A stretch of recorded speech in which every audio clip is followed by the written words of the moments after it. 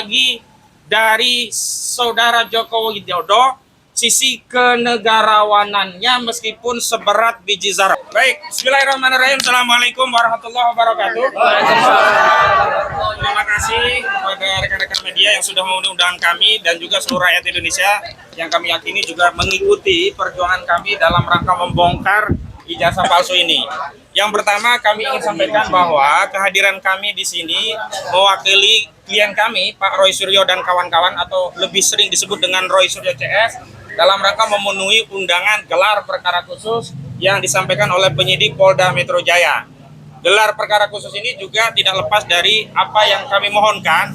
2 kali kami mengajukan permohonan gelar perkara khusus. Yang pertama di tanggal 21 Juli 2025 yang lalu dan yang terakhir di tanggal 20 November 2025. Yang gelar perkara dulu kami memang minta agar ada gelar perkara saat penyelidikan ditingkatkan menjadi penyidikan, yang saat itu ada setidaknya 12 orang yang ditetapkan sebagai terlapor. Nah, dalam perkembangannya 12 terlapor dengan 3 klaster ini tidak semuanya menjadi tersangka.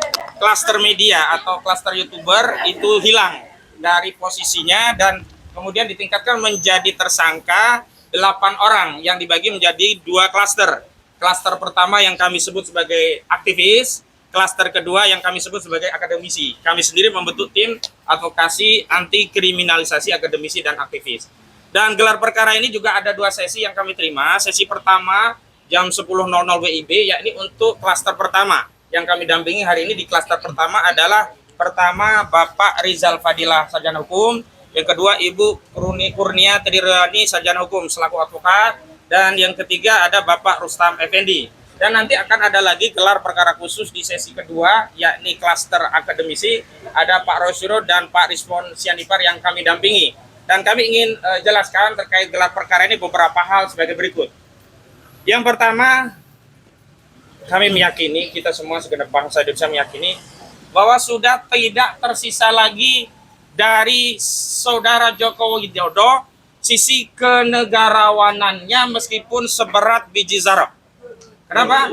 Karena sudah tidak mungkin lagi atau meminjam ungkapan laksana memasukkan gajah ke lubang jarum kalau kita mengharapkan saudara Joko Widodo menunjukkan ijazahnya sebagaimana itu ya pernah dilakukan oleh Pak Asrul Sani atau kalau di dunia internasional persoalan dengan kewarganegaraan yang pernah disampaikan oleh Obama.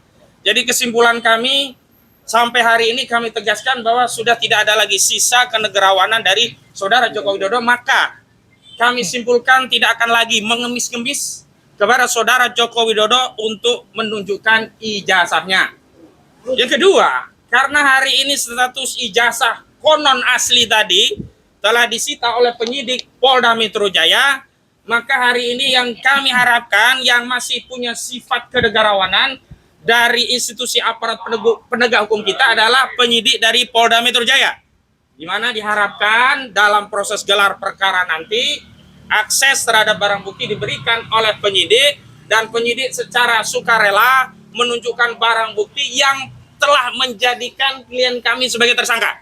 Sebab tidak mungkin ada orang dinyatakan sebagai fitnah dan pencemaran nama baik menyimpulkan ijazah saudara Joko Widodo itu palsu sebelum ada bukti ijazah asli ditampilkan.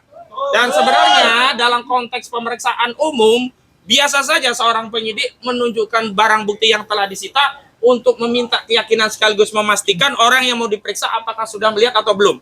Pada faktanya saat pemeriksaan Bapak Rizal Fadilah, Ibu Kurnia Triryani, keduanya telah meminta kepada penyidik untuk ditunjukkan, tapi saat itu tidak diberikan akses dengan alasan bahwa ijazah tersebut masih disita oleh Polda dan diperiksa Barreskrim di bagian Puslapor Barreskrim Mabes Polri.